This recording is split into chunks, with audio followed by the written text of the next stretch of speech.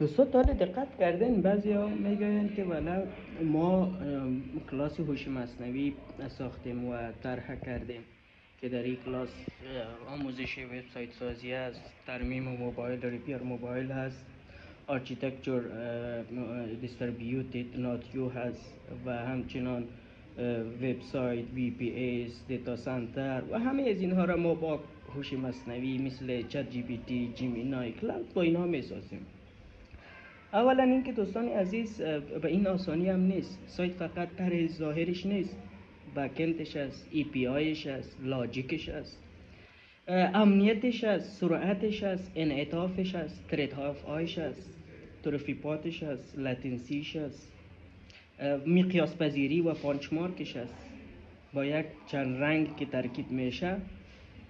به این معنا نیست که سایت تکمیل شد. حتی وردپرس هم اگر از 0 تا 100 با تمام افزونه ها و پلاگین و اکستنشن ها و لیمونتور ها شما داشته باشین، باز هم یک چت جی پی تی یا هوش مصنوعی های مختلف حتی کلاود نمیتونه او را اندل کنه.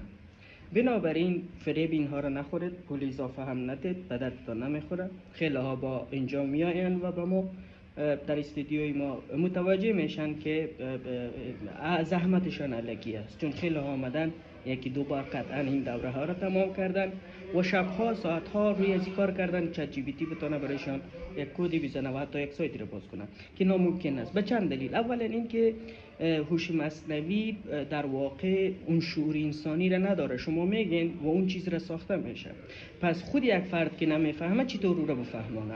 هوش مصنوی از آینده را پیش بینی کرده نمیتونه، یکسانی خود را دیده نمیتونه چی اتفاق است. شما باید بنویسین بر حسب این مثلا دیزاین فلان سایت بریم بساز، اینجا متوجه میشه که این فیوچر شد.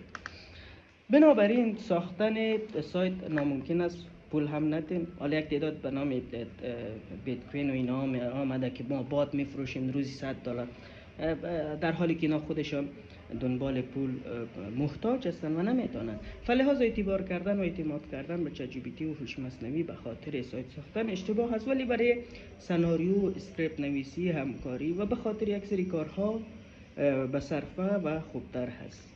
ممنون.